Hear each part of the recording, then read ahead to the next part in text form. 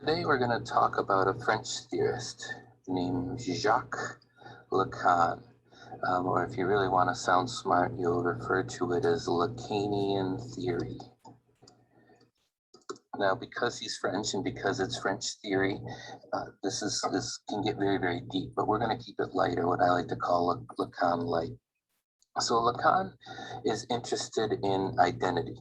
And so if this is us, he's interested in what is it that makes us who we are.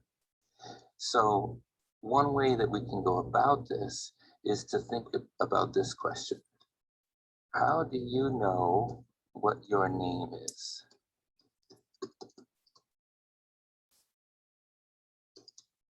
Take a few seconds to think about that. How do you know what your name is?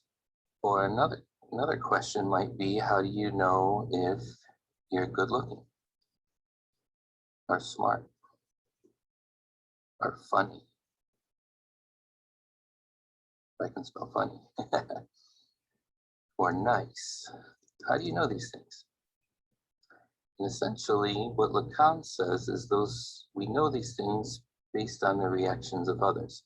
That we know what our name is because people tell us those things. And the same is true for if we're good looking or smart or we're funny. You know, we've got some kind of reaction outside of ourselves that tells us these things. So if this is us, Lacan says our identity is essentially hollow, and that what we know about ourselves actually comes from other people, the way people look at us. So if this is our name, we know that our name is what it is because people have told us that. We know that we're good looking because people respond to us in that way. We know that we're funny because people laugh at our jokes or things like that. And so this is what he is referring to when he talks about our sense of self, that our sense of self, again, is actually hollow and it comes from outside of ourselves, that our self-awareness comes from outside places or outside sources, that we're essentially born hollow and our identity is shaped around us. Now, a reminder, this is just a theory. You don't have to buy this. This just gives us a place to explore the world around us.